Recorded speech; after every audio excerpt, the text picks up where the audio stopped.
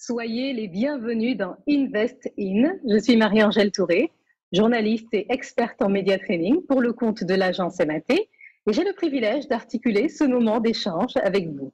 Alors la première question à laquelle je vais répondre, qu'est-ce qu'Invest In pour ceux qui nous découvrent? Invest In est la série d'événements en physique et en digital organisée par l'Africa CEO Forum. C'est une occasion unique de mettre en évidence les opportunités d'investissement dans certains pays d'Afrique par le biais de discussions, d'échanges avec des interventions et des intervenants de haut niveau.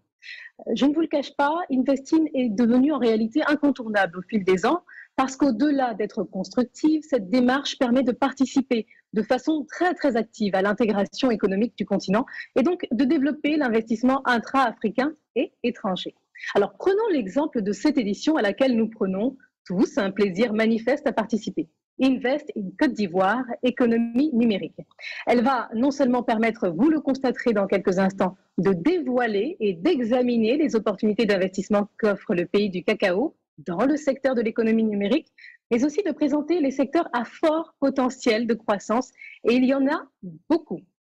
Pour ce faire, nous allons rentrer dans le détail de la pratique des affaires, informer et motiver des investisseurs, ceux qui hésitent encore à sauter le pas, la diaspora qui nous regarde actuellement, et ce grâce à toutes les précisions, tous les éléments nouveaux que vont partager avec nous nos intervenants triés sur le volet d'une extrême qualité, tous basés en Côte d'Ivoire et dont l'expertise nous sera profitable. Je sais que vous êtes enthousiaste à l'idée d'entamer ces discussions, mais permettez-moi d'ouvrir une petite parenthèse pour vous rappeler la date d'un événement, cette fois-ci physique, l'Africa Financial Industry Summit. Il aura lieu à Lomé, la charmante capitale du Togo, où nous vous donnons rendez-vous les 15 et 16 novembre prochains pour parler d'inclusion financière et de l'émergence d'une véritable industrie panafricaine des services financiers.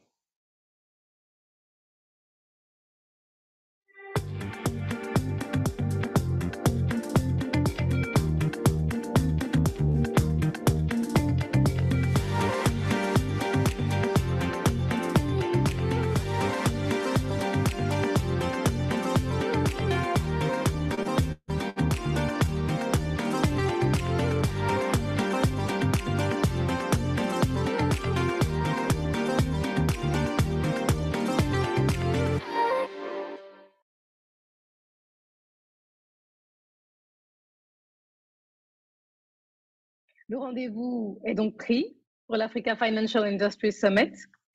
J'espère vous y retrouver, donc n'hésitez pas à réserver vos places dès aujourd'hui pour ne pas rater cet événement. Ceci étant dit, revenons à ce qui nous rassemble aujourd'hui et qui, je vous le rappelle, est le fruit d'un partenariat de confiance renouvelé de la plateforme Africa CEO Forum avec Ecobank Côte d'Ivoire. C'est ce partenariat qui a permis l'organisation d'Invest in Côte d'Ivoire économie numérique, un événement qui est traduit en anglais. Donc, vous pouvez choisir la langue qui vous convient le mieux et n'hésitez pas à poser toutes vos questions dans le chat et nous y répondrons à la fin de cette discussion si le temps imparti nous le permet. Et en parlant donc de Côte d'Ivoire, malgré un contexte économique difficile, force est de constater que ce pays est une véritable locomotive économique pour la région, avec une croissance dynamique saisissante de plus de 7,2% à peu près prévue en 2023. Et pourquoi il est question de numérique aujourd'hui? Parce que ce secteur fait partie intégrante du dynamisme de la Côte d'Ivoire, qui, figurez-vous, entend même en faire un vecteur de la transformation structurelle de son économie. Pour en parler plus en détail, nous avons le privilège de recevoir Monsieur le ministre de la Communication et de l'économie numérique, porte-parole du gouvernement, Monsieur le ministre Amadou Coulibaly. Merci d'avoir accepté notre invitation, Monsieur le ministre. Nous sommes ravis de pouvoir discuter avec vous aujourd'hui d'économie numérique. Bonjour et merci de cette invitation de Africa Investing. Monsieur le ministre, vous êtes à la tête du ministère de la Communication et de l'économie numérique depuis avril 2021. Vos actions semblent guidées par un leitmotiv au centre de la stratégie numérique à l'horizon 2025, faire de la Côte d'Ivoire un hub numérique régional. Pouvez-vous nous dire quelles actions majeures vous êtes parvenu à mener en 2 ans et demi et quel chemin vous reste-t-il à parcourir pour atteindre les objectifs que vous vous êtes fixés? Est-ce qu'on est proche du but? Est-ce qu'il y a encore beaucoup de travail à faire? Dites-nous. Je vous remercie pour cette question. Je vais juste faire un petit rectificatif. C'est vrai que je suis au gouvernement depuis 2021, mais c'est seulement en 2022, en avril 2022, que j'ai hérité donc du secteur de l'économie numérique. Donc cela fait juste 1 an et demi, je dirais, pour ce qui est de l'économie numérique. Quelles sont nos actions majeures? Déjà, il était important de pouvoir concevoir une feuille de route basée sur la stratégie nationale du numérique que vous venez d'évoquer. Donc, notre premier succès, c'est d'avoir réussi dans la politique de digitalisation de notre pays à mettre en place une feuille de route avec des objectifs limités dans le temps et chiffrés. Nous avons, dans ce cadre-là, défini 7 programmes prioritaires et au titre de ces programmes prioritaires, il y en a que nous avons déjà achevés.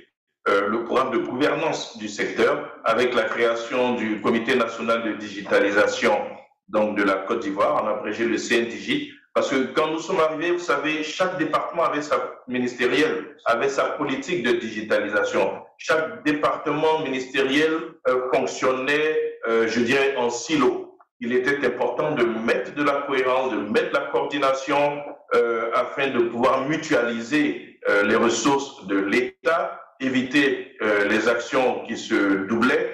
Et le CNDJ a été le véhicule donc, qui a permis d'apporter de la cohérence, de la mutualisation et ça a permis d'optimiser certains projets. C'est un succès. Et je sais, pour avoir parlé avec beaucoup de mes collègues dans la sous-région, que beaucoup de pays ont les mêmes difficultés. Il est important de trouver un outil qui permet donc de conduire de façon uniforme, je dirais, cette politique donc, de digitalisation du pays. Donc, après avoir mis cette feuille de route, après avoir, dans le cadre de cette feuille de route, réussi à mettre en place le CNDJ, nous nous sommes attaqués maintenant de façon opérationnelle, je dirais, au contenu des différents programmes. Je viens ce matin, pour ce qui est du développement des services, de remettre au ministère d'État, au ministère de l'Agriculture, une plateforme numérique qui permet de digitaliser l'agriculture. Une plateforme numérique est un lieu, je dirais, de rendez-vous des producteurs, du circuit de commercialisation, de distribution. Ils ont sur cette plateforme-là des informations qui vont, je dirais, de la météorologie, les questions de pluviométrie, jusqu'aux prévisions de production agricole.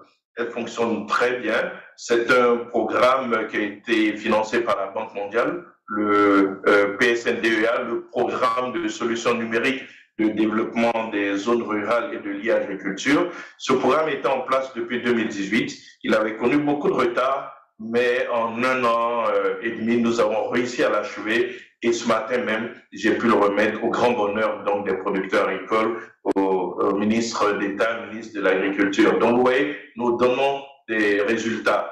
Nous avons le programme je dirais,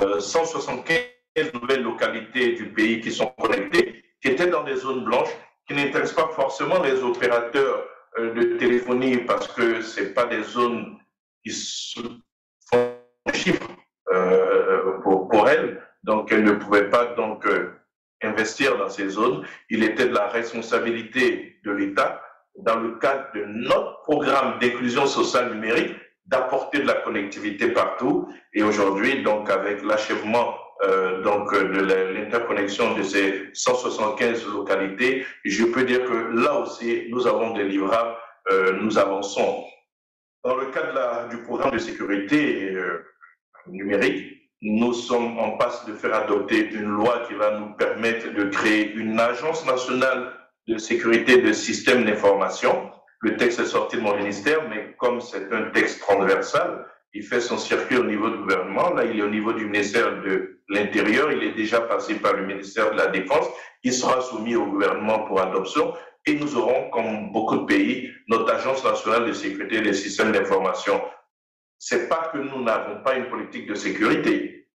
Cette mission a été confiée au régulateur qui en a fait une sous-direction, mais vous comprenez que les questions de sécurité sont tellement importantes que nous ne pouvons pas les réduire à une sous-direction au sein donc de l'agence de régulation des télécoms. Nous voulons en faire une agence pleine et entière qui sera essentiellement consacrée à ces questions-là. Donc nous sommes très heureux d'avoir une feuille de route qui va servir aux différents ministres qui pourront se succéder, parce que nous, il y a 1 an et demi, nous avons hérité, je dirais, d'une feuille blanche. Il fallait donc, en termes de conception, déjà concevoir cette feuille de route, et puis après, nous sommes aujourd'hui en train de la mettre en œuvre avec les quelques livrables que je vous ai annoncés.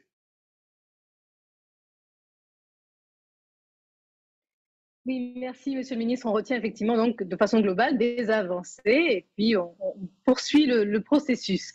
Parlons un peu des infrastructures digitales, Monsieur le Ministre, telles que les réseaux de télécommunications, les centres de données, l'accès à Internet à haut débit, par exemple. On sait que c'est la base sur laquelle repose le développement de l'économie numérique.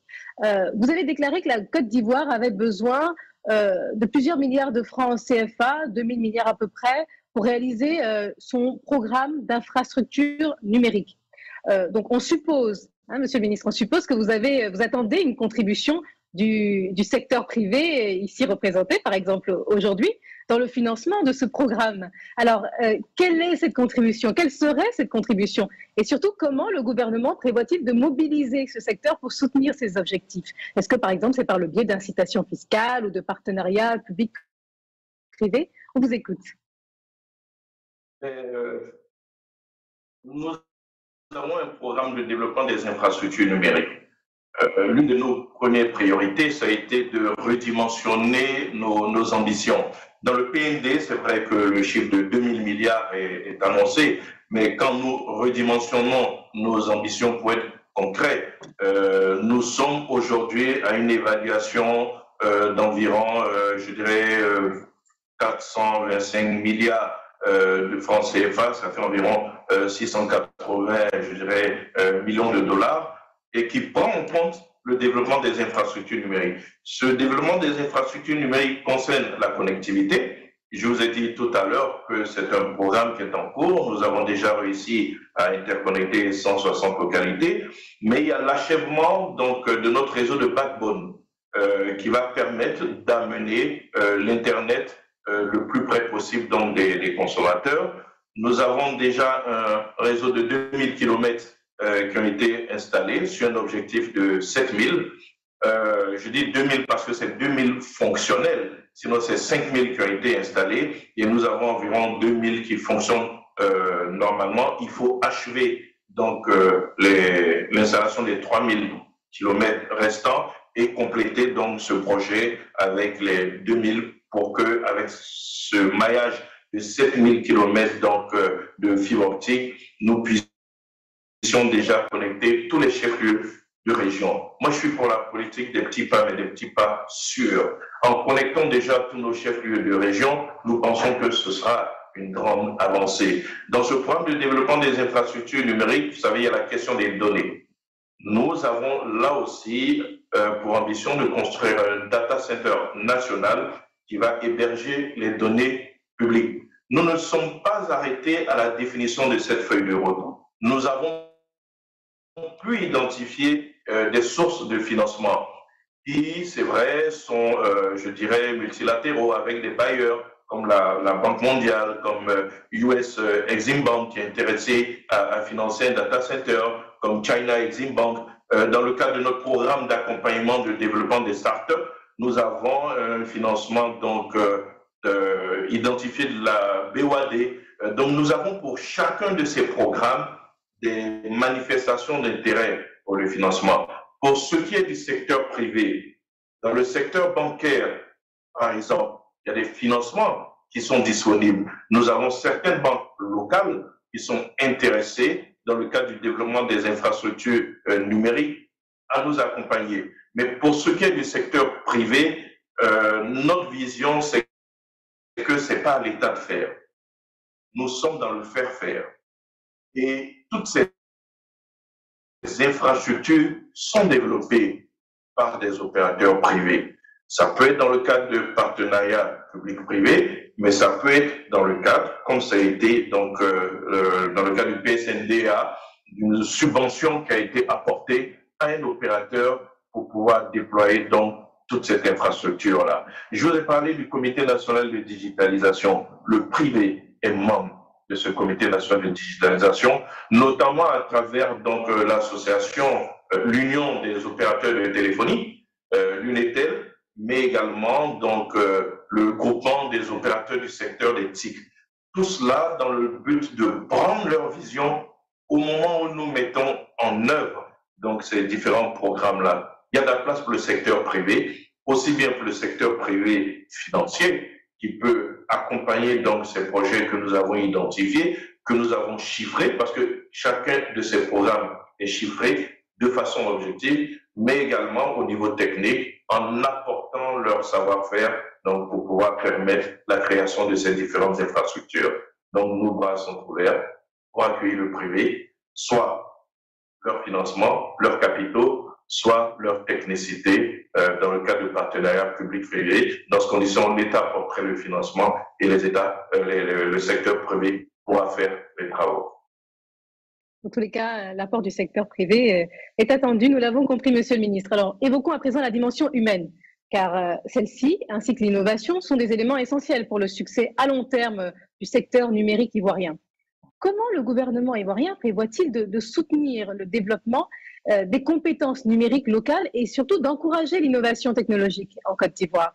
C'est important pour accompagner tout ce que vous êtes en train de mettre en place.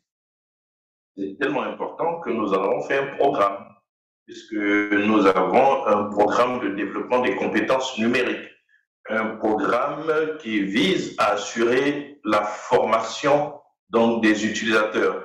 Nous voulons apporter la connectivité partout avec le programme de développement des infrastructures.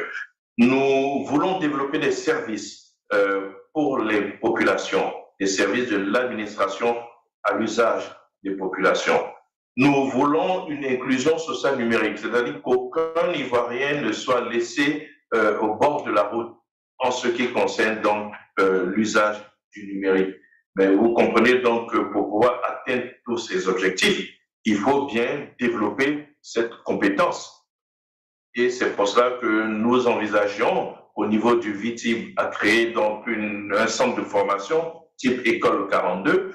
Nous voulons être à la pointe, donc je dirais, de la sécurité. Dans le cadre du financement que nous avons eu avec USAID, il y a un centre de formation au métier de la sécurité informatique qui est prévu également. Et toujours dans le cadre de ce développement des compétences numériques, nous avons élaboré ce que nous appelons un passeport TIC, où des certificats sont accordés à tous les usagers qui ont un certain niveau de connaissance, donc je dirais en économie numérique, pour leur permettre de pouvoir utiliser tous les services que nous mettons à leur disposition.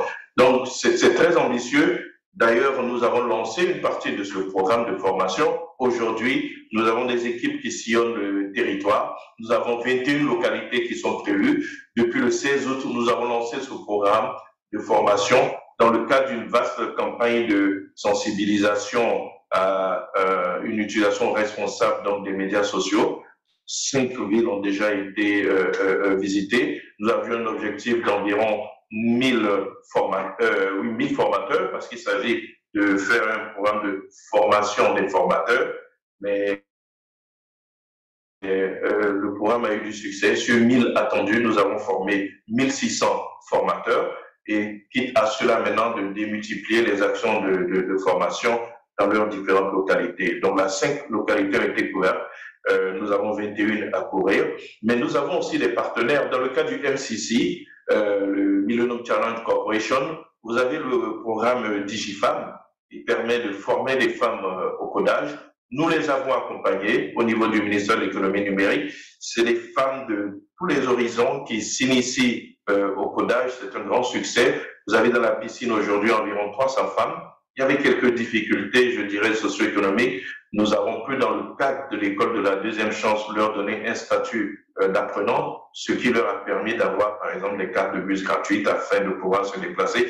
Donc, le programme, il est certes ambitieux, mais je vous ai dit, moi, je suis pour la politique des petits pas sûrs, avec des objectifs clairement identifiés, les moyens en face, et puis donc nous avançons. Donc, la compétence numérique est prise en charge donc, dans les programmes que nous sommes en train de développer. Merci, Monsieur le ministre. Effectivement, des initiatives intéressantes, hein, que l'information aille aux populations au lieu que ce soit le contraire. Donc, c'est une forme d'innovation. Alors, pour clôturer notre interaction, Monsieur le ministre, avez-vous un message particulier à adresser aux potentiels investisseurs qui nous regardent aujourd'hui, intéressés par le secteur numérique ivoirien? Certains d'entre eux sont connectés. Je serais tenté d'annoncer les chiffres de la Côte d'Ivoire, mais tout le monde les connaît. Nous avons une économie dynamique. Dans le dernier rapport de la Banque mondiale sur l'économie de notre pays, au-delà du satisfecit qui nous a été adressé, il nous a surtout été indiqué que l'économie numérique pourrait apporter une plus grande part donc, à ce résultat. Et en cela, je peux dire que nous avons la pression du chef de l'État qui croit en l'économie numérique. Dans son dernier message à la nation en août, dans son adresse à la jeunesse, le chef de l'État est allé jusqu'à nous parler de l'accompagnement des startups. Donc, vous comprenez que nous ayons développé ce programme d'accompagnement des startups et nous étions en notre première participation à Vivatech avec une quinzaine de startups ivoiriennes et donc d'incubateurs. Notre pays a une économie stable. Mais au-delà de tout, à Vivatech, interrogé sur la question de ce que la Côte d'Ivoire pouvait apporter, j'avais fait remarquer que l'Afrique ne peut pas rater la révolution numérique. Nous avons raté la révolution industrielle, c'est vrai, mais sachez que l'énergie électrique, on n'en parle pas souvent, est à la révolution numérique ce que le charbon a été à la révolution industrielle. La Côte d'Ivoire de l'électricité. La Côte d'Ivoire a une électricité stable, bon marché. La Côte d'Ivoire a un des plus faibles taux de temps de coupure d'électricité sur le continent. Nous sommes à 15 heures par an. Ça peut paraître énorme pour les pays développés, mais quand vous prenez à l'échelle de l'Afrique de l'Ouest qui a 960 heures par mois, vous imaginez un peu ce que ça fait comme différence. Donc, nous avons de l'électricité. Nous pouvons recevoir ici tout ce qui est industrie numérique. Nous pouvons recevoir ici tous ceux qui opèrent dans l'innovation, dans la technologie. Nous avons amélioré l'environnement des affaires avec tout un système juridique, aujourd'hui le tribunal du commerce, qui permet de crédibiliser notre environnement des affaires. Donc, je leur dis qu'ils peuvent investir en Côte d'Ivoire en toute sécurité parce que nous avons les infrastructures qui vont avec, nous avons le cadre législatif et judiciaire qui les accompagne et puis nous avons surtout à la tête du pays une personnalité qui a fait ses preuves en termes de gouvernance, le président de la République, Alassane Ouattara, dont la vision est dirigée par le Premier ministre Achille Patrick, dont nous sommes les ouvriers, chargés de mettre en œuvre justement cette vision-là. Alors, la Côte d'Ivoire vous ouvre ses portes. Pour ceux qui nous suivaient en ligne, venez, il fait beau, le pays est agréable, les populations sont jeunes et dynamiques comme partout sur le continent. La Côte d'Ivoire vous attend. Je confirme, Monsieur le ministre, il fait bon vivre en Côte d'Ivoire. Merci, Monsieur le ministre, d'avoir pris le temps de nous éclairer sur les belles perspectives qui s'offrent à nous et aux investisseurs en matière d'économie numérique. Je rappelle que Monsieur le ministre Amadou Coulibaly est le ministre de la Communication et de l'économie numérique, porte-parole du gouvernement de Côte d'Ivoire. Merci à vous. Merci. Merci à tous les participants et à tous ceux qui nous suivent en ligne. Place à présent à notre panel. Il est composé de personnalités qui occupent une place prédominante dans le monde des affaires en Côte d'Ivoire, que je vais vous présenter pour la forme, car ce sont des visages et des voix bien connues en Côte d'Ivoire et bien au-delà de ses frontières. Paul-Henri Eknard, directeur général d'Ecobank Côte d'Ivoire et directeur régional exécutif pour la zone UMOA. Moustapha Ibrahim Aloum, directeur régional adjoint de Proparco. Selma Wigini, présidente et PDG de Panelis, Régis Bamba, cofondateur de Jamo, Ange Kakou-Diagou, groupe CEO de New Digital Africa. Nous sommes ravis, tous ravis et très enthousiastes à l'idée d'entamer cet échange et d'en savoir un peu plus sur vos expériences respectives, vos analyses et vos perspectives sur l'essor de l'économie numérique en Côte d'Ivoire. Et je me tourne vers vous virtuellement, Paul-Harry Etnard, partenaire Ecobank, on le sait, de cet événement, Ecobank Côte d'Ivoire. Vous êtes le directeur général d'Ecobank Côte d'Ivoire et directeur régional, je viens de le dire, exécutif pour la zone UEMOA. Vous observez, vous évaluez les nouvelles tendances en permanence. Et il serait intéressant pour les personnes qui nous regardent de connaître les opportunités clés que vous voyez ces temps-ci émerger dans le secteur numérique en Afrique de l'Ouest et en Côte d'Ivoire plus particulièrement. Quelles sont-elles? Merci Marie-Angèle et merci à Jeune Afrique. J'ai écouté avec beaucoup d'attention ce que le ministre a dit et c'est vrai que ça corrobore un certain nombre d'analyses que nous-mêmes on a fait sur le terrain où nous voyons un certain nombre d'opportunités. Je vais en citer quelques-unes qui s'appliquent d'ailleurs à la Côte d'Ivoire mais qui s'appliquent aussi à la région. La première opportunité que nous voyons, c'est au niveau des infrastructures parce que qui dit digitalisation dit évidemment infrastructure digitale ou infrastructure numérique. Et je pense qu'il y a un besoin de moderniser ou alors de renforcer notre parc, par exemple, de centres de stockage de données. On en a besoin. C'est sûr qu'on est très loin d'un certain nombre de capacités qu'on retrouve à l'extérieur. Mais je pense que pour l'Afrique et pour la Côte d'Ivoire, il est important de se doter de centres de stockage de données qui permettent d'assurer par la suite une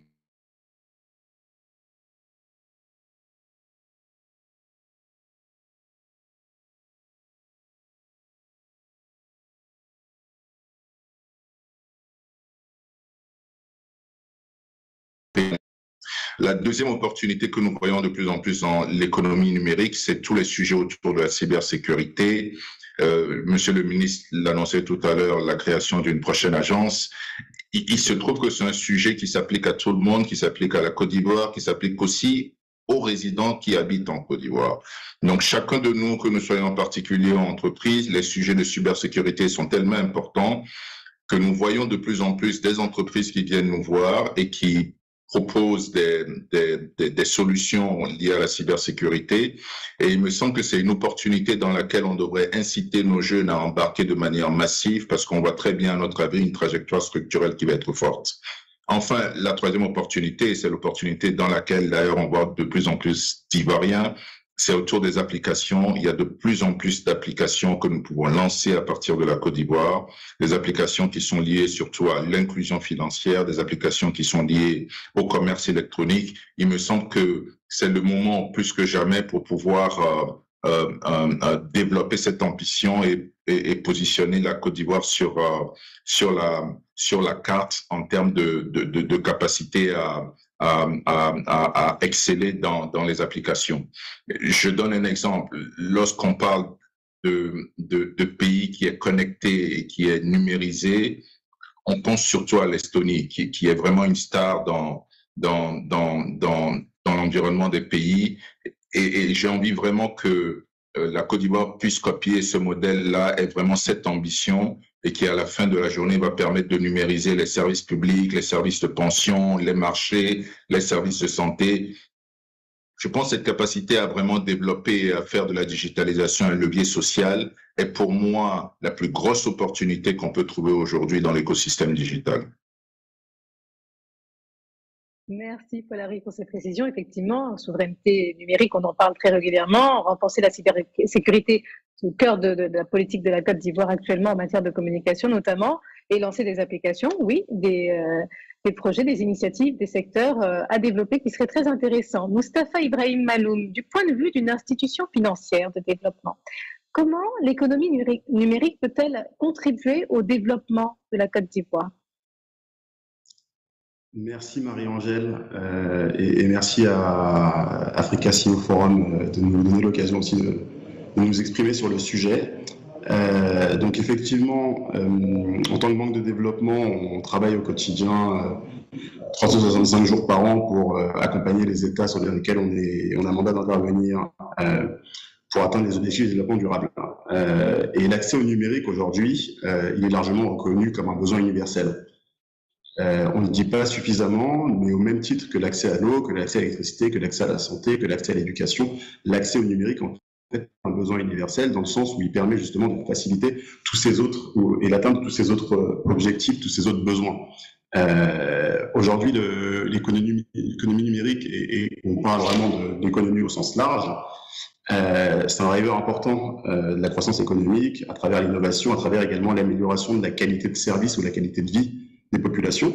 Le numérique, il impacte de très nombreux aspects de la vie économique, nos relations sociales. On est là aujourd'hui, on se parle des plateformes digitales et on fait passer ces messages dans les plateformes digitales. Le numérique aujourd'hui, il impacte et particulièrement sur le continent notre manière d'apprendre à travers la formation, notre manière de travailler, notre manière de faire des affaires, de communiquer, mais également notre productivité à travers tous les différents segments de l'économie. Et donc, ils rentrent en résonance en fait avec la plupart des 17 objectifs de développement durable pour accélérer leur atteinte. Pour nous, on le voit comme un numérique, on le voit comme un vecteur un peu de la réduction des inégalités et en même temps un promoteur de croissance. La réduction des inégalités parce que on le voit aujourd'hui, je crois qu'au niveau mondial, sur le chiffre de la Banque mondiale, c'est 3 milliards d'exclus numériques, dont la quasi-totalité dans les pays émergents et en développement. Donc, c'est autant de gens qui n'ont pas accès à l'information, qui n'ont pas accès à l'électricité, qui n'ont pas accès à un certain nombre de services. Et puis, également, un vecteur d'inégalité d'un point de vue économique, parce que le numérique permet aujourd'hui à des gens de gagner leur vie, en fait, tout simplement. On le voit, je pense qu'on a tous des tatas au village qui, du coup, aujourd'hui, font leurs affaires via WhatsApp, via des canaux WhatsApp, via des canaux Facebook même, pour commander typiquement l'eau, ce genre de sujet. Donc voilà, c'est hyper important.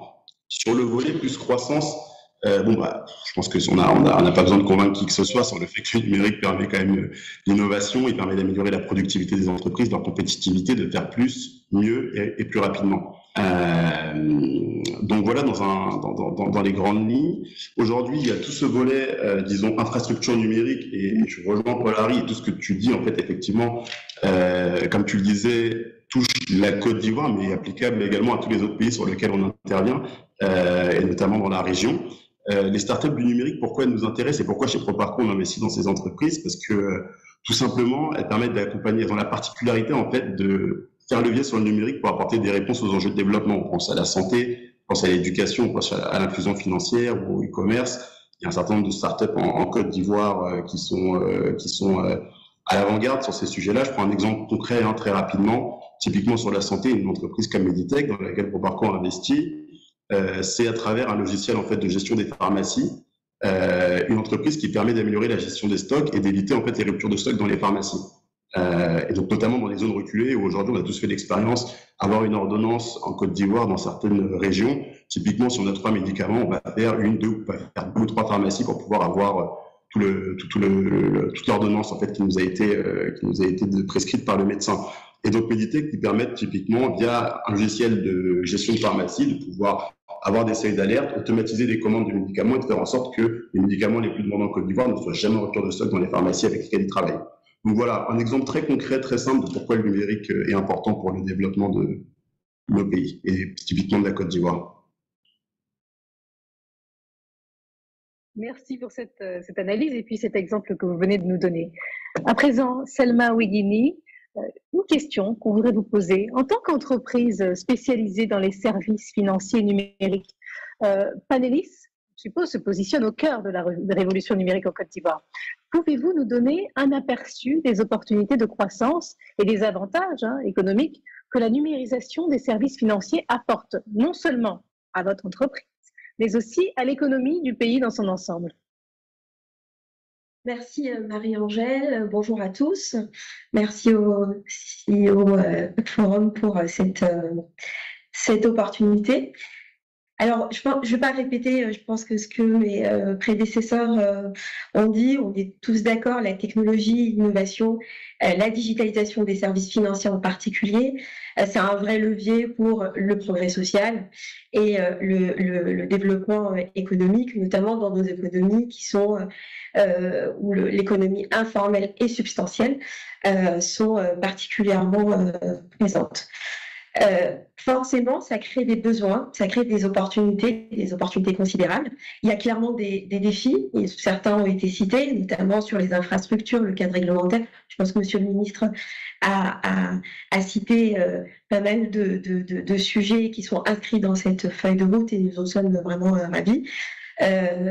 Donc voilà, clairement, les besoins en termes de transparence, de sécurisation des transactions, de réduction du risque opérationnel, tout ça sont des sujets que la digitalisation, l'innovation va venir répondre. Nous, au sein de Panelis, donc avec Push, on vient répondre à un besoin d'inclusion financière de manière assez générale. Push, ça fonctionne comme un compte mobile, ça offre aussi une carte Visa, ça permet de payer, de se faire payer de manière simple, flexible et efficace. Ça vient adresser une cible assez large, un spectre assez large, donc ça peut être tout autant un cadre comme vous et moi, ou la Tanti qui vend dans le marché, comme le disait Moustapha, ça fonctionne partout en milieu rural ou en milieu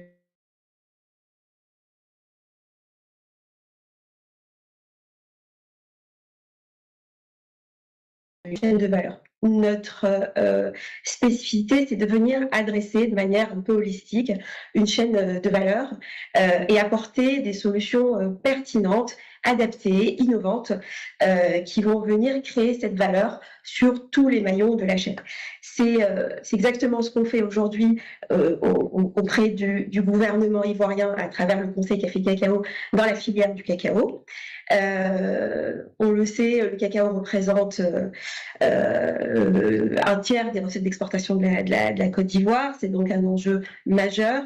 Cette filière de commercialisation est soumise à des nouvelles exigences de son marché, qui est principalement européen, et qui nécessite des adaptations et nécessite que les systèmes mis en place soient renforcés. Donc nous, on vient apporter des solutions technologiques pour venir répondre à ces exigences. Donc aujourd'hui, une carte Push qui a un intérêt général, on l'a déclinée et on l'a destinée à des producteurs de café cacao qui sont le premier maillon de cette chaîne de valeur. Donc, à partir de cette carte qui permet de reconnaître ces producteurs, parce que aujourd'hui on a pu en recenser 1 million, nous produisons ce type d'outils bienveillants pour eux, pour qu'ils puissent, qui leur sert aussi de support pour effectuer leur vente de cacao, s'assurer qu'ils vont percevoir le bon prix. Et tout ça est adossé à un système national de traçabilité qui va permettre de maîtriser le circuit vraiment de son origine jusqu'à l'exportation. Donc ça, c'est un exemple extrêmement concret d'un impact social au niveau des producteurs, puisque on sait qu'ils évoluent dans un milieu rural, ils sont défavorisés, avec un accès extrêmement limité à des services de base qui nous paraissent acquis, mais l'éducation, la santé, etc. Un impact économique, puisque comme on le sait, le cacao est quand même une source importante dans le PIB de la Côte d'Ivoire. Un impact environnemental, puisque l'Union européenne impose aussi des règles au niveau de la protection de nos forêts, etc. Donc ça, vraiment, c'est un exemple extrêmement concret. La Côte d'Ivoire produit du cacao, mais pas que. Il y a d'autres spéculations qui vont qui sont amenées à être, certaines sont déjà soumises, d'autres vont être amenées à être réglementées.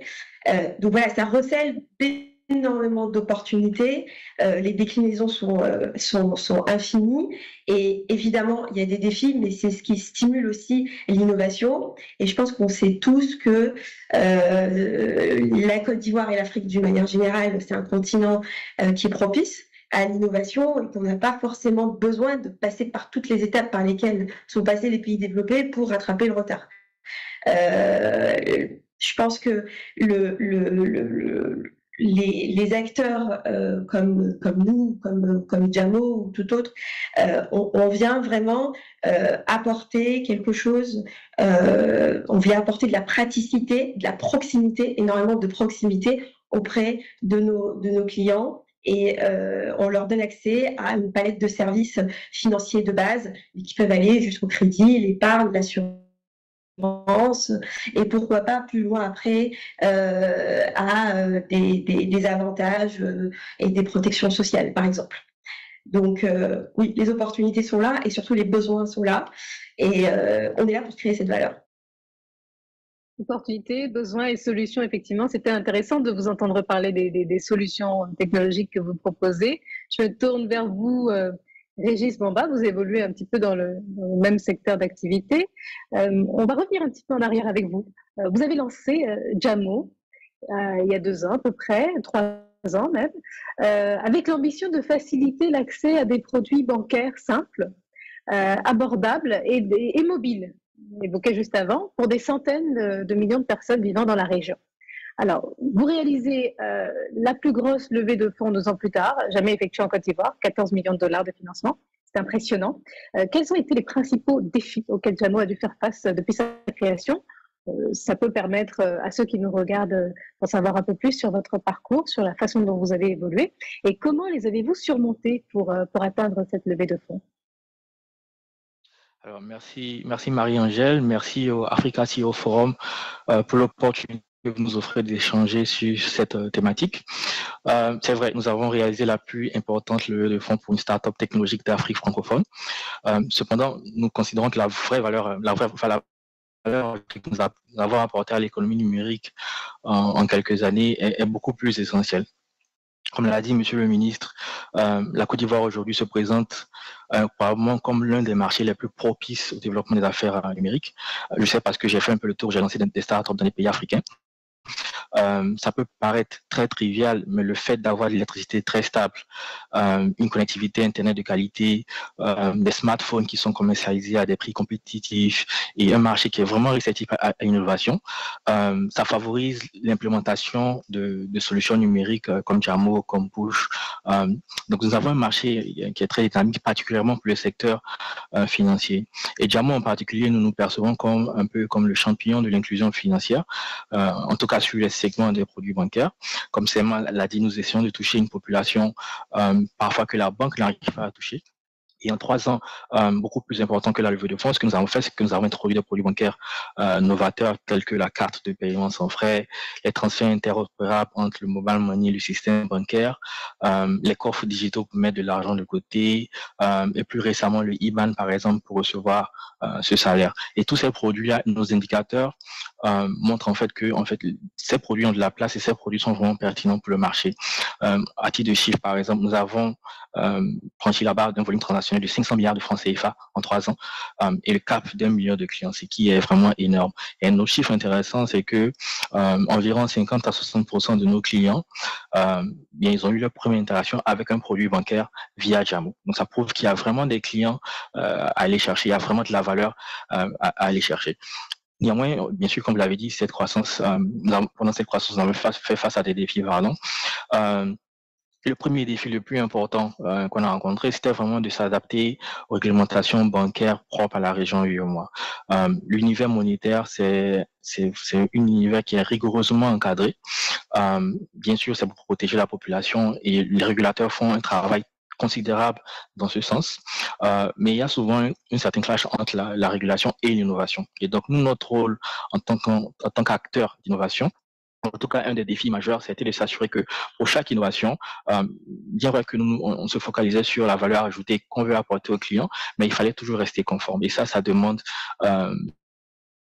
du talent, ça demande énormément de travail pour rester conforme vis-à-vis de la régulation. Nous avons eu de l'aide de partenaires bancaires comme Ecobank avec son DG que je salue, qui nous a vraiment aidé à rester conforme sur ces sujets-là. Le second défi auquel on a fait face, c'était la mobilisation de ressources, que ce soit humaines ou financières, et aussi l'établissement d'un solide réseau de partenaires techniques. Sur le plan humain, notre vision vraiment à Jamo, ça a été de construire une success story ivoirienne. Aujourd'hui, nous avons à peu près 150 collaborateurs, dont 90% sont ivoiriens, avec 56% de femmes et une moyenne d'âge d'environ 25 ans. Et donc, ce que nous avons fait vraiment, c'est de prendre le pari qu'on pouvait construire cette success story-là vraiment avec le talent ivoirien. Et donc, nous avons instauré une gestion axée sur l'accompagnement des nouvelles recrues qui arrivaient à Jamo, une structure managériale vraiment horizontale, et surtout la transparence et l'implication des collaborateurs au niveau de la gestion de l'entreprise. Et tout cela renforce un peu le sentiment d'appartenance des collaborateurs à la mission même de l'entreprise.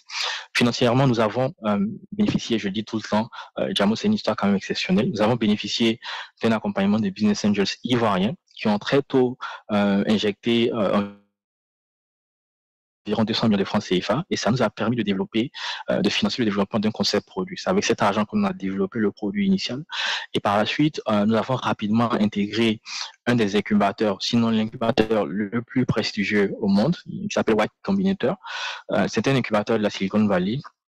Et c'est très, très dur d'y rentrer, mais nous y sommes arrivés.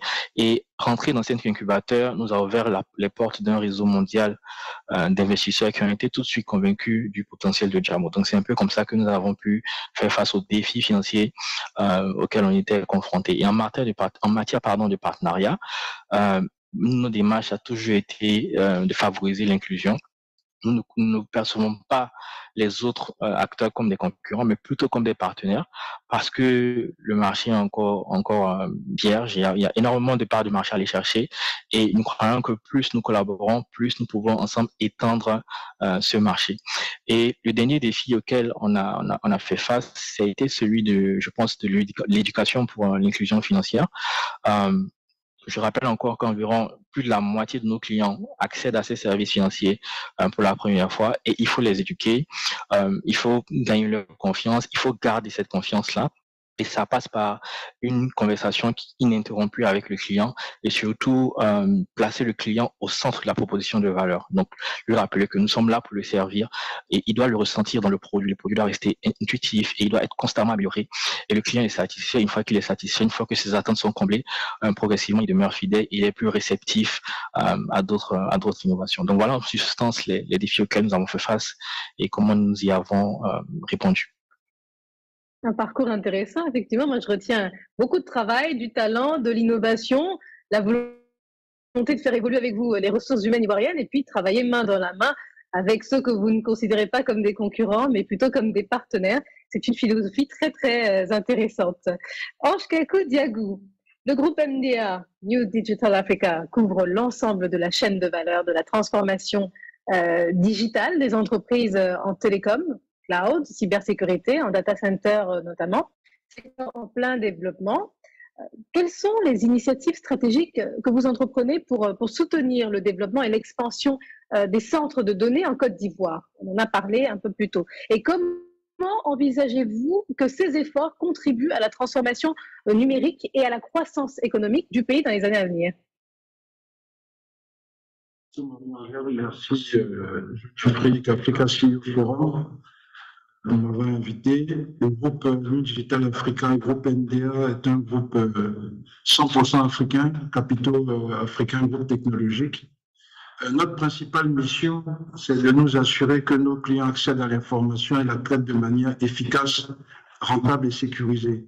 Je pense que la transformation digitale, pour moi, ce n'est pas une transformation parce qu'elle est continue, ça ne va jamais s'arrêter. Les phénomènes de transformation, les possibilités de transformation ne vont jamais s'arrêter. On ne parle pas d'un point A à un point B. La digitalisation va faire partie de toutes les habitudes des citoyens comme des entreprises. Ça devient une seconde nature.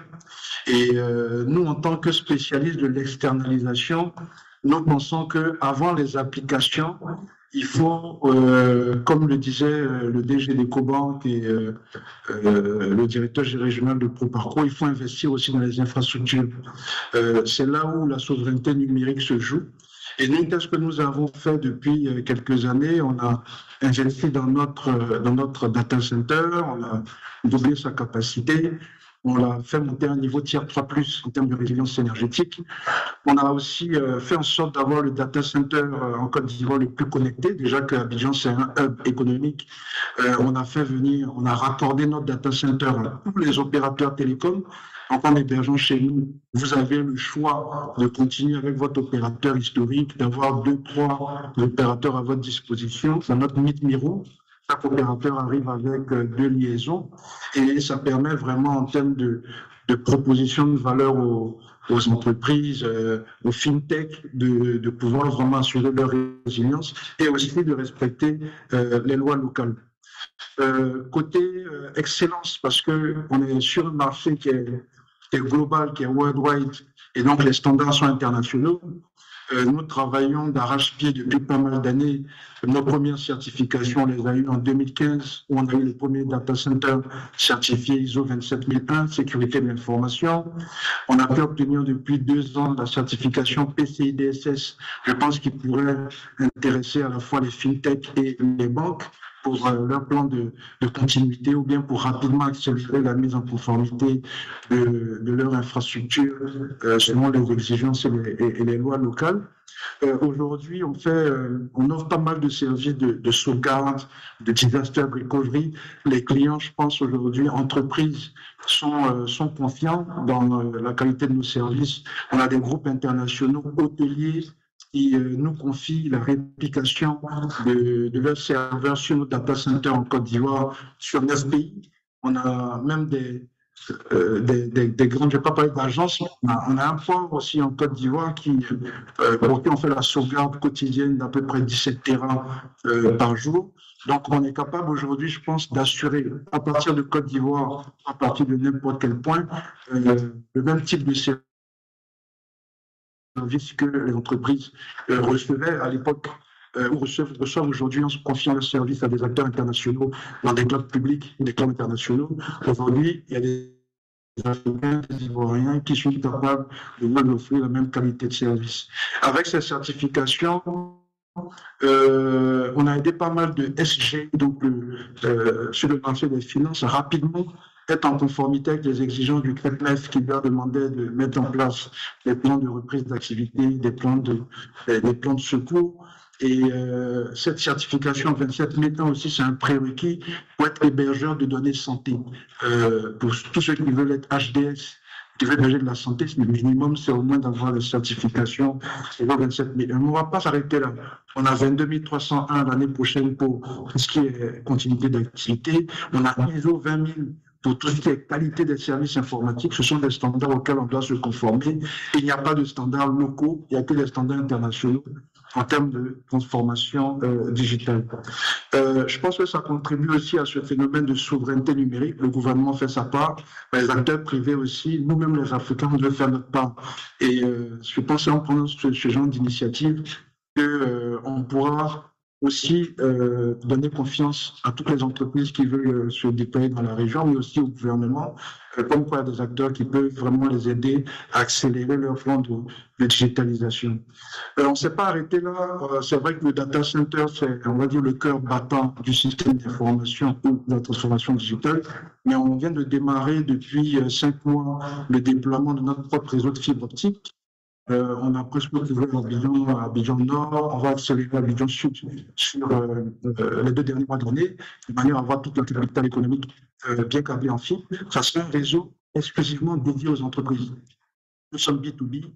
Très souvent, on rencontre des entreprises qui reçoivent des services de compétiteurs, mais peut-être que les réseaux sont soit congestionnés ou ils n'ont pas, j'ai envie de dire, le service managé, la gestion au quotidien 24/7 des protocoles du service qui pourraient en tout cas leur permettre d'être plus performants. Donc on déploie ce réseau. Si vous voyez des poteaux avec la petite couleur verte, on déploie ce réseau. Il est exclusivement dédié aux entreprises. On pense que l'entreprise et particuliers n'ont pas les mêmes besoins. Côté technologie aussi et connectivité, il faut comprendre que la fibre, c'était bien aussi. Mais aujourd'hui, les satellites ont passé un autre cap. Aujourd'hui, avec les nouveaux satellites, les satellites Léo, comme on dit, à basse orbite, vous avez beaucoup plus de vitesse même que la fibre optique. On était à Africacom l'année dernière, il y avait plus d'opérateurs télécoms satellitaires que d'opérateurs filaires. Et c'est une nouvelle tendance, on ne la sent pas, mais bon, c'est tous les phénomènes de Starlink, ces nouveaux petits satellites qui permettent d'avoir de la capacité. Donc, à partir de la fin de l'année, début du Q1, il y aura des tests pour les premières entreprises qui veulent tester les satellites Léo. On a signé avec 2 gros joueurs avec lesquels on pourra faire des propositions en termes de connectivité satellitaire Léo, beaucoup plus rapide, beaucoup plus de capacité, avec un prix toujours abordable. L'aspect sécurité revient. Donc, il n'y a pas de sécurité à 100%. Nous sommes alliés à un éditeur mondial spécialisé en technologie. On a monté ce qu'on appelle un SOC Security Operating Center, donc un centre de cyberdéfense dédié aux entreprises. Et nous comptons le lancer officiellement d'ici la fin de l'année. Et ça permet vraiment en temps réel de protéger. Aujourd'hui, on a à peu près 4000 actifs, postes de travail, serveurs que nous protégeons à distance, avec une équipe de 14 ingénieurs et techniciens ivoiriens, mais backés bien sûr par les équipes de cet opérateur qui eux aussi surveillent 24 heures sur 24 les services que nous délivrons aux entreprises. Donc, il ne faut pas oublier l'infrastructure, parce que très souvent, quand on parle de transformation numérique, on parle de paiement mobile, on parle d'application, mais la vraie souveraineté numérique, c'est d'abord les infrastructures, et sans ces infrastructures locales, là, ça peut être très difficile, je pense, d'assurer cette souveraineté dont on parle. Actuellement, on parle de souveraineté monétaire, c'est à la mode, mais la souveraineté numérique, je pense que c'est un thème qui devrait même faire l'objet de pas mal de documentaires. Cette toile d'araignée qui, depuis 1800, a pris le monde, ce qu'on appelle Internet, avec tous ces câbles sous-marins, aujourd'hui, pour que les différents pays puissent connecter entre eux, la communication d'abord va transiter d'Abidjan à Lisbonne et revenir au Togo. Ce qui fait que les coûts de communication sont un peu plus importants, et même la vitesse. On est capable, pour moins cher, de s'interconnecter entre nous, même par le terrestre, ou bien sur nos côtes. Donc, n'oublions pas l'infra, c'est un enjeu important. Si vous avez tous les GAFAM qui sont aujourd'hui propriétaires de 70% des câbles sous-marins, posez-vous les bonnes questions. Donc, nous, on fait notre travail déjà pour que les entreprises puissent se sentir à l'aise, les entreprises africaines, les champions nationaux et internationaux africains, et on va les accompagner dans la région. On est sur 3 pays. Merci. Et puis, depuis quelques temps, on vient de finir des acquisitions qui nous permettent de nous déployer dans 5 pays d'ici le 31 décembre 2023. Merci Ange, on sent toute la passion dans vos propos et on attend le lancement que vous avez évoqué avec impatience. Vos propos, moi j'ai trouvé, étaient très encourageants et rassurants d'ailleurs en ce qui concerne notamment la technicité africaine, ivoirienne. On sent que vous œuvrez au quotidien pour être au niveau des standards internationaux, donc on voit aussi que c'est un message adressé directement à ceux qui se posent des questions, qui s'intéressent à la Côte d'Ivoire. Venez en Côte d'Ivoire, on a la technicité, on a la capacité d'être aligné sur les standards internationaux. Et sur ce, je reviens vers vous, Paul Arietnard, pour évoquer cette fois-ci la problématique de l'écosystème ivoirien, des startups, on en a parlé tout à l'heure, qui se développent rapidement, mais tout de même qui continuent, on en parle depuis des années, mais qui continuent à rencontrer des défis dans l'accès au financement traditionnel. Est-ce qu'il y a des actions entreprises par Ecobank pour soutenir de façon concrète, très pragmatique, les startups ivoiriennes en matière de financement et d'accompagnement? Merci beaucoup, Marie-Angèle, et je sens la pression dans la question. Je suis déjà heureux de voir Selma, Ange, Régis et évidemment Mustapha aussi, qui sont des amis et des personnes avec lesquelles on parle de ce sujet depuis années, j'ai envie de dire. Et les voir déjà arriver là où ils sont à mon avis la preuve que quand on s'y met et quand on crée le réseau, on est capable aussi de résoudre les problèmes financiers. Ce que nous avons essayé de faire, et ça c'est beaucoup plus en Côte d'Ivoire, la première étape déjà c'est de voir comment est-ce qu'on peut s'organiser comme écosystème autour des startups et du secteur digital et des fintech.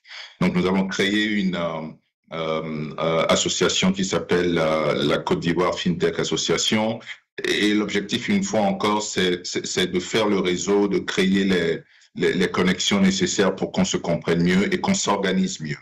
Entre les banques, les assureurs, les fintech, les acteurs dans l'infrastructure, les éditeurs de cartes, les sociétés dans les solutions, il faut que tout cela soit cohérent à l'intérieur d'un écosystème.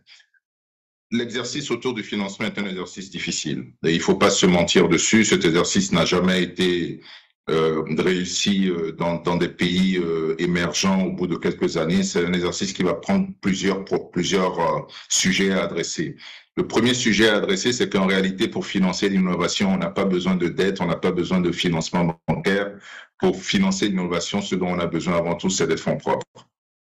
Et les fonds propres, comme l'a dit tout à l'heure Régis, il faut aller les chercher là où ils sont. Il faut aller les chercher auprès d'investisseurs africains. C'est pour ça que l'association qu'on a créée est importante, parce qu'elle va accompagner, être avec les startups pour aller pouvoir parler à ces investisseurs africains.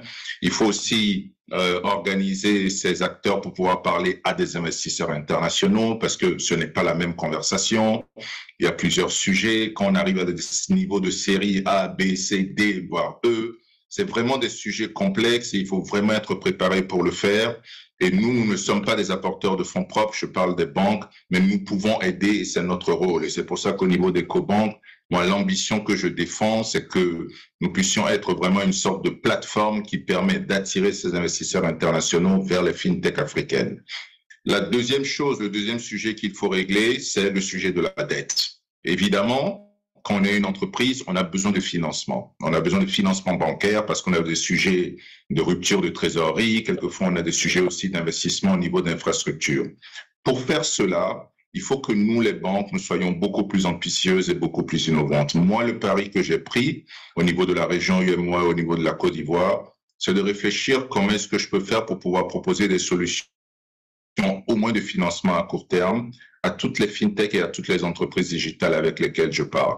C'est un sujet complexe, mais je veux faire le pari qu'à la fin de l'année, décembre 2023, je puisse être capable de venir discuter avec Régis, Ange et Selma en leur disant « On a travaillé, Moustapha et moi, on veut voir comment répondre à vos besoins en trésorerie à court terme. Voici le package qu'on veut mettre en place. Voici comment on veut l'organiser. Est-ce que vous êtes intéressé? Est-ce que ça répond aux besoins? » Mais c'est une vraie réflexion profonde. Ce n'est pas un sujet naturel pour un banquier de financer une entreprise qui au début perd de l'argent, qui est dans l'innovation, qui a des perspectives qui ne sont pas des perspectives très visibles pour le commun des mortels. Donc, on est en train de travailler sur ce sujet, donnez-nous jusqu'en décembre pour pouvoir venir avec des solutions très concrètes. Et enfin, la troisième chose qui est essentielle, et je vais terminer par ça pour régler le problème du financement, et je le dis parce que j'aime les entreprises avec lesquelles je parle, c'est qu'on a besoin de renforcer les capacités de ces entreprises. Il n'y a aucune autre solution si jamais on veut aller chercher des investissements massifs et du financement massif. Il faut que toutes les entreprises qui sont dans la digitalisation, toutes les startups, on a besoin de renforcer leurs capacités. C'est pour ça que EcoBank a créé son FinTech Challenge. Ce FinTech Challenge, d'ailleurs, l'édition de cette année a lieu demain. Et durant cette édition, ce qu'on fait, c'est qu'on sélectionne à la fin 5 startups qui ont gagné. Il y a un financement de $50 000 qui est donné à cette startup, mais beaucoup plus important, on permet à cette startup de parler avec toute la communauté qui travaille autour d'EcoBank et ça leur permet aussi d'avoir accès aux 33 marchés et de faire des tests produits et d'avoir accès aussi à notre sandbox, qui est un terme qui permet de faire des intégrations entre plusieurs joueurs. Donc, le rôle qu'on peut jouer nous aussi, c'est de voir comment est-ce qu'on peut aider ces entreprises-là à être beaucoup plus fortes, à avoir de meilleures capacités.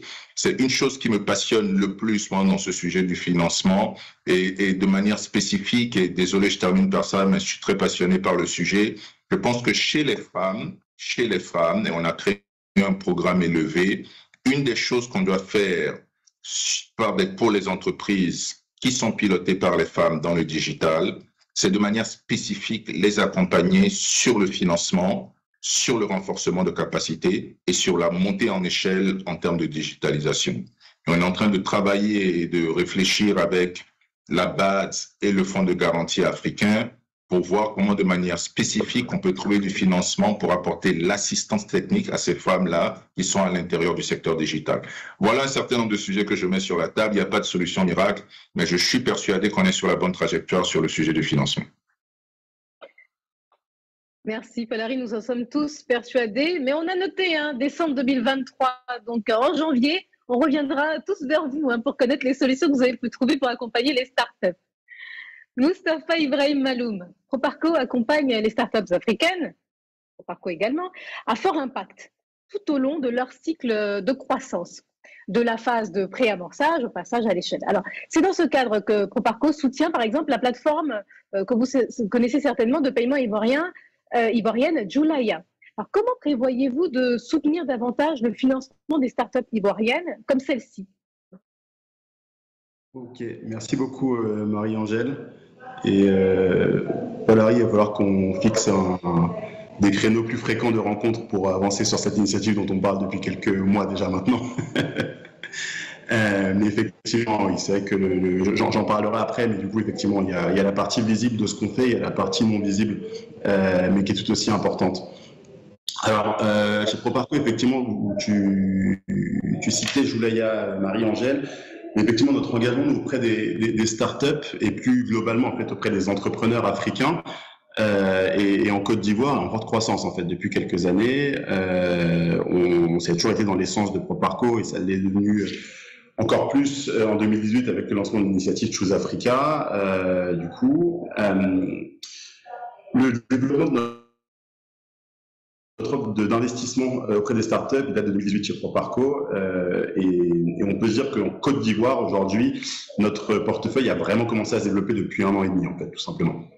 Donc actuellement, on a au niveau groupe, entre Proparco et sa filiale Digital Africa, on a un certain nombre d'outils qui nous permettent d'intervenir sur tout un continuum en fait de financement et d'investissement pour accompagner la croissance des startups. C'est vraiment ce qu'on veut faire, accompagner les entreprises de l'idéation, donc vraiment à l'idée ou à l'étape où elles ont une idée un peu concrète, mais également à l'étape de forte croissance.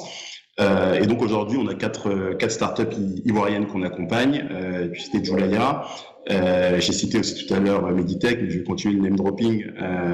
On accompagne Anka notamment depuis janvier dernier, du coup la plateforme Africrea que beaucoup d'entre vous connaissent, et puis une startup qui s'appelle Fatala également basée en Côte d'Ivoire qui travaille sur le sujet de l'éducation.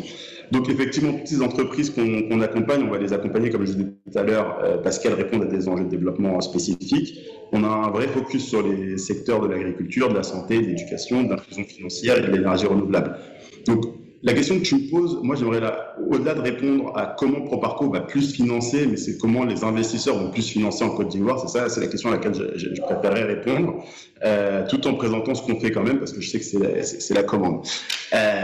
Donc aujourd'hui, on va travailler nous à la fois en direct, ce qu'on appelle direct, c'est l'investissement direct dans des startups, de Proparco ou sa filiale Digital Africa qui va investir directement dans une boîte, ou en indirect et qui représente quand même une grosse partie de notre activité, c'est comment on va apporter un capital manquant à des gestionnaires de fonds de venture capital dans la zone.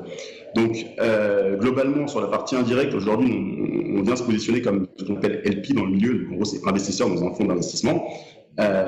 Qui va venir du coup prendre des participations dans des entreprises. Le levier pour nous, et c'est une activité qui est en forte croissance, c'est de pouvoir du coup se reposer sur la capacité de déploiement de ces fonds-là et surtout tout l'accompagnement technique hands-on qu'ils vont faire quand ils travaillent quand ils investissent dans ces entreprises-là, les accompagner au day-to-day dans leur activité.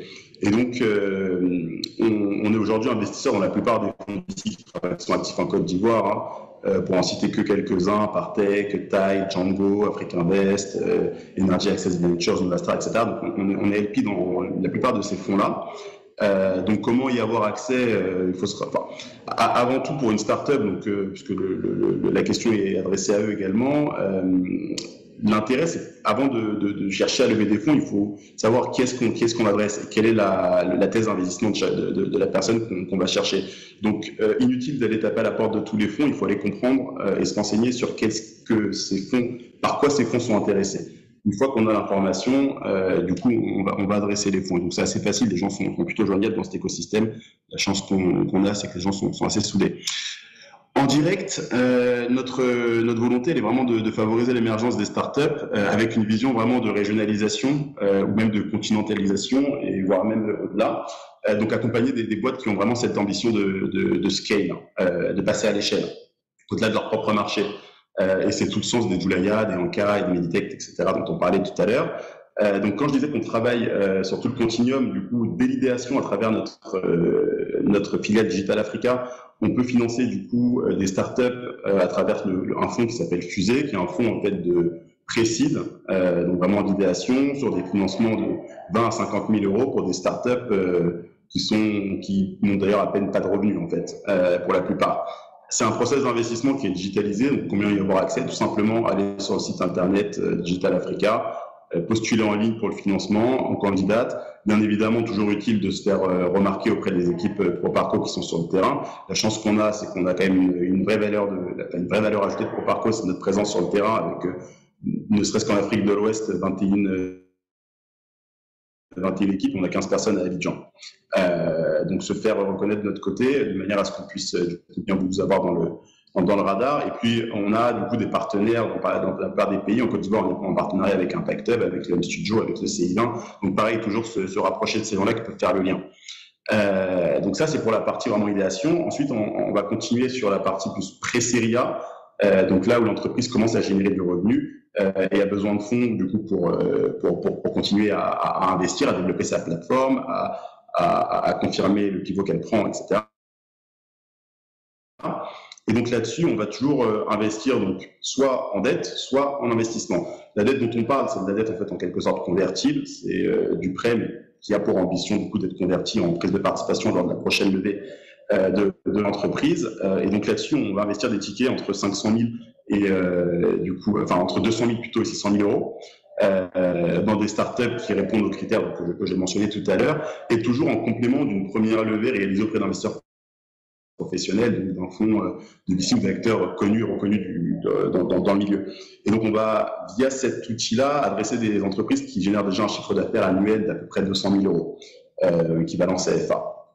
Donc ça, c'est le crédit relais qui a pour vocation, du coup, derrière, de préparer une entrée au capital de ProParco, donc via une prise de participation simple. On rentre à partir de tickets, on va dire, à 500 000 euros, de 500 000 à 5 millions d'euros. Globalement, le montant moyen de nos investissements, c'est 1 million d'euros pour les startups en pré-série A ou en série A, toujours avec une logique d'investissement minoritaire et de capital patient.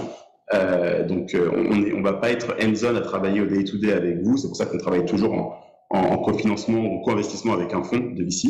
Et donc là-dessus, on va adresser des entreprises, des startups qui ont déjà un revenu autour de 1 million d'euros à peu près. On peut descendre un peu plus bas si on croit vraiment à la trajectoire de croissance. Donc voilà un peu dans les grandes lignes. Ce que je voulais dire également, c'est que donc on s'associe pas mal. Moustapha, on va devoir effectivement. C'est très important. Voilà, sur cette note, parce qu'il nous reste peu de temps. Ça marche. Je termine juste sur cette dernière note. Donc, on s'associe avec les banques pour justement voir comment, Paul-Henri le disait tout à l'heure, trouver du financement pour le BFR, pour leurs besoins en fonds de roulement. Et donc là-dessus, on essaye de trouver des outils de garantie notamment, donc on a en place, ou du financement auprès des banques pour voir comment faire. Donc ça, c'est quelque chose sur lequel on va passer à l'échelle. Et enfin, la dernière partie qui est la plus importante, selon moi, c'est toute la partie facilitation et compréhension de l'écosystème. Et c'est aussi l'objectif de cette Invest in Côte d'Ivoire économie numérique, c'est accompagner les investisseurs internationaux en les rencontrant, en discutant avec eux, en leur disant ce qu'on comprend en fait du secteur, de l'écosystème, et du coup de faciliter leur compréhension, les mettre en relation avec les bonnes personnes dans le pays. Donc ça, c'est quand même quelque chose qui nous prend beaucoup de temps chez ProParco et qu'on apprécie faire parce que c'est aussi important que les 4 investissements ou les 2 investissements annuels qu'on va faire en Côte d'Ivoire. J'ai été un peu long. Merci. Non, pas du tout. Mais alors là, je vais être obligée de vous lancer un défi aux 3 personnes que je dois encore interroger. Selma, Régis et Ange. Nous avons le défi de pouvoir répondre à 3 questions en 10 minutes. On a été tellement passionnés par ce que vous avez dit qu'on n'a pas vu le temps passer. Donc, je sollicite votre indulgence et votre compréhension. Je vais vous poser les questions suivantes et je vous demanderai de répondre de façon assez succincte pour permettre à tout le monde de pouvoir s'exprimer. Ce serait dommage de ne pas finir ce tour de table. Alors, Selma Polari a évoqué sa passion, celle d'accompagner les femmes entrepreneurs avec plus d'efficacité, plus d'identité, leur apporter des facilités en matière d'accompagnement d'investissement. Dans de nombreux pays, y compris en Côte d'Ivoire, vous le savez, il persiste des inégalités d'accès aux technologies numériques entre les gens. Comment Panalis travaille-t-elle pour promouvoir l'inclusion numérique des femmes dans ces initiatives et quel est l'impact positif de cet effort sur l'autonomisation des femmes dans le pays? C'est pas sympa de me limiter sur une question comme ça. Vraiment désolée.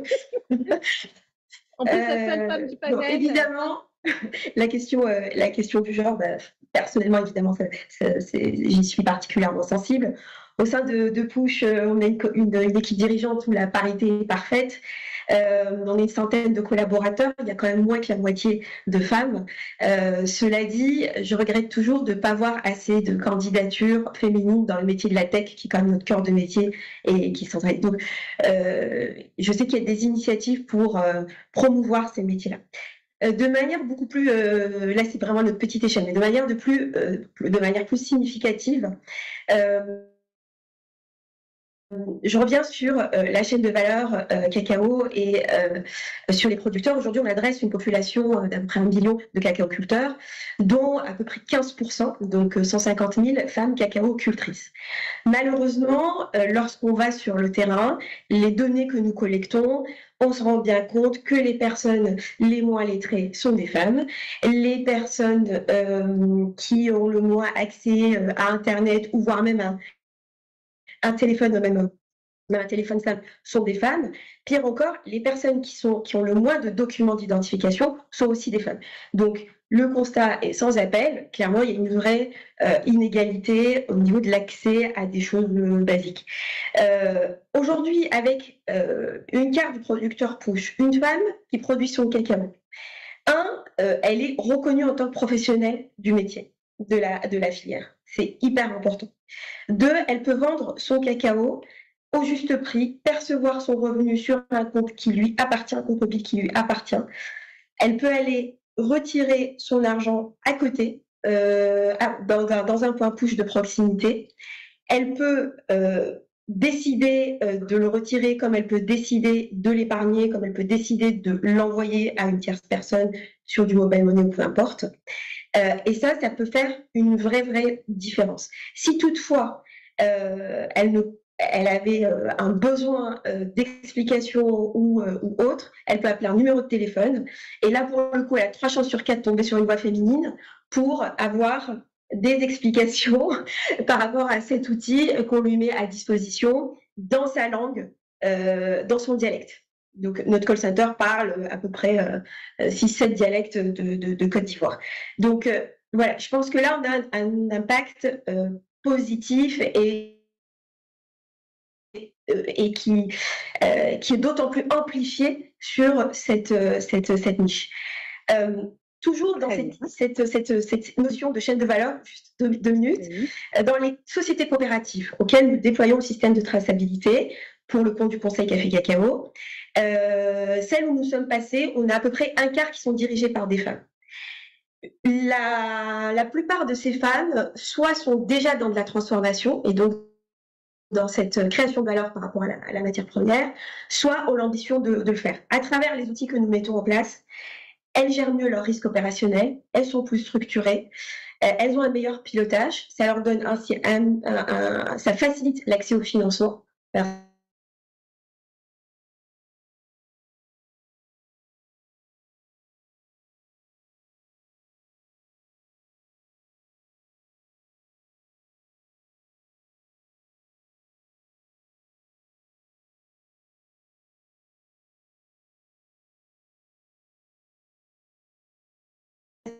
Donc, ce qu'on essaye de faire avec nos partenaires, tous nouveaux partenaires sont les bienvenus pour cette noble cause.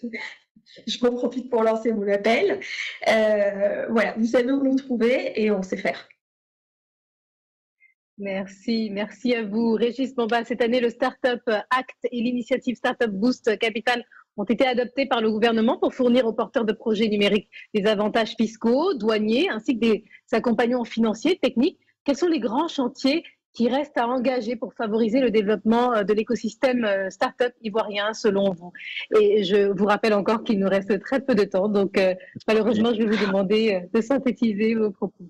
Alors je serai assez bref. Déjà, je pense que ces initiatives sont à saluer. Je crois que toute initiative qui vise à fournir des ressources aux startups de notre écosystème sont les bienvenues. Je suis impatient quant à la mise en œuvre effective du Startup Act. Je pense que ça doit se faire maintenant parce que nous avons de plus en plus de startups qui arrivent sur le marché et qui pourront bénéficier. En ce qui concerne le Startup Boost Capital, je pense que la forme doit connaître une certaine itération parce que la forme actuelle s'apparente plus à du prêt qui pourrait financer des besoins de trésorerie et peut-être pour des startups un peu plus matures qui ont pu prouver leur business model. Mais de façon générale, je pense que ce que doit faire notre nation, c'est de voir au-delà d'un simple écosystème et plus de voir cette opportunité, ce potentiel de création d'une véritable industrie technologique. J'aime beaucoup l'exemple de l'Inde, parce qu'ils ont pris la décision de dire on va créer cette industrie technologique et on voit les retombées aujourd'hui. La plupart des CEO des grandes entreprises technologiques sont des Indiens. Et récemment, il y a l'Inde qui a fait atterrir un vaisseau spatial sur la Lune et qui a battu la Russie à ce jeu. Et c'est vraiment une décision politique qui a été prise. Je pense que la Côte d'Ivoire est sur le bon chemin. Je pense que les choses sont en train de se mettre en place en Côte d'Ivoire. De plus en plus de startups arrivent à lever des fonds à l'international, à créer vraiment des produits à valeur ajoutée avec du talent local. Je pense à Julaya, je pense à Anka, à Push.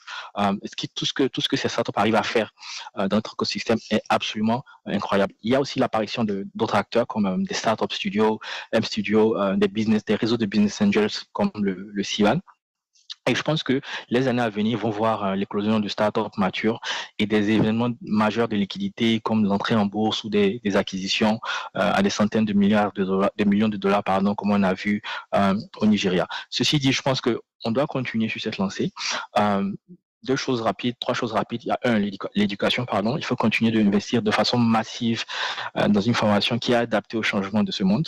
La plupart de mes collaborateurs, quand ils arrivent, en fait, ils se rendent compte en fait qu'ils n'utilisent pas ce qu'ils ont appris à l'école. Ils suivent notre programme de formation et c'est là qu'ils développent des compétences. Donc, ça prouve que le système éducatif n'est peut-être pas adapté aujourd'hui aux demandes de ce nouveau monde. Donc, il faut introduire, je pense, tout ce qui est codage informatique le plus tôt possible, et adapter nos programmes supérieurs, éducatifs supérieurs. On peut faire appel, par exemple, à des universités étrangères en partenariat avec elles et renforcer ces programmes-là. Je crois aussi qu'il faut introduire des programmes spécifiques aux femmes.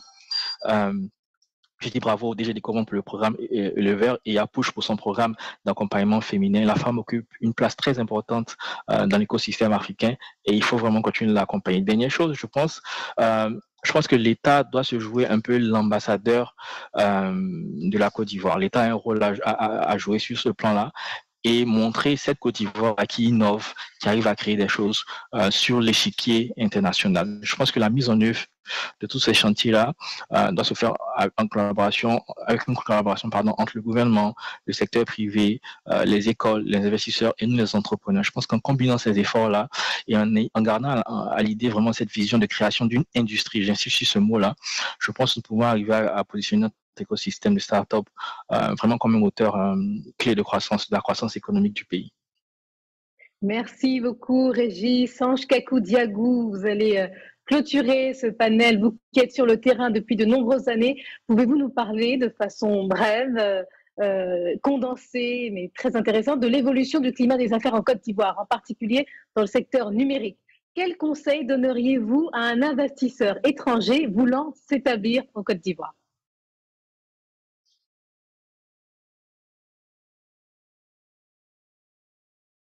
Je pense que Le micro. Vous m'entendez? Oui, c'est bon, on vous entend. Je pense que monsieur le ministre a déjà bien exposé le climat des affaires. On a eu des élections sans violence, on a un beau taux de croissance, l'économie est stable. Je pense que les banquiers, les financiers peuvent le confirmer. Je vais aller directement sur les conseils. C'est le moment d'investir en Afrique. Si ce n'est pas encore fait, il faut courir pour investir en Afrique. Plus précisément en Côte d'Ivoire, je suis ivoirien, c'est le hub économique et un pays très dynamique. il y a un homme d'affaires beaucoup plus expérimenté que moi qui me disait si tu as raté le GSM, tu ne rates pas le digital. Donc c'est aussi le marché dans lequel il faut investir aujourd'hui parce qu'aucun métier ne va échapper à la transformation digitale. Et pour les entreprises qui viennent s'installer, qui ne viennent pas investir dans le digital, mais qui viennent s'installer dans la région, nous on leur dit qu'ils peuvent nous confier la gestion de leur système d'information et se concentrer sur le cœur de leur métier. Nous faisons le reste. Je vous remercie d'avoir répondu à ces questions. Nous arrivons déjà au terme de cet échange des plus enrichissants. J'en perds mon latin ou mon français. Je suis sûre que vous partagez le même avis que moi. On aurait souhaité qu'il se prolonge un peu plus, mais les emplois du temps de nos intervenants sont chargés et nous sommes heureux qu'ils aient pu nous accorder ce moment, un moment auquel vous avez pu assister grâce au partenariat renouvelé de la plateforme Africa CEO Forum avec Ecobank Côte d'Ivoire dans l'organisation de cet événement Digital Invest in Côte d'Ivoire, économie numérique. J'en profite encore une fois pour vous rappeler notre rendez-vous fixé les 15 et 16 novembre 2023 à Lomé dans le cadre de l'Africa Financial Industry Summit. Nous vous y attendons, donc réservez vos places dès aujourd'hui. On se retrouvera sur place. Un grand merci à vous, chers participants, pour la qualité de vos interventions et l'énergie avec laquelle vous avez partagé vos réflexions. Paul Arietnar, Moustapha Ibrahim Maloum, Selma Ouegini, Régis Bamba, Ange Kakou Diagou. Il y a matière à réflexion. Merci, merci, merci encore pour votre présence. Nous remercions également le ministre de la Communication et de l'Économie numérique, porte-parole du gouvernement, d'avoir accordé son temps pour partager avec nous la vision et les perspectives de développement numérique du gouvernement ivoirien. Ainsi prend fin cette nouvelle édition d'Investin. Cette fois-ci, c'était en Côte d'Ivoire. Merci à vous d'avoir été si nombreux à nous suivre aujourd'hui, à avoir réagi en direct. Je suis persuadée que les différentes interventions vous ont motivé à vous impliquer et à investir dans l'économie numérique en Côte d'Ivoire. C'était un plaisir de partager ce moment avec vous et toute l'équipe de l'Africa CEO Forum vous remercie. À très bientôt.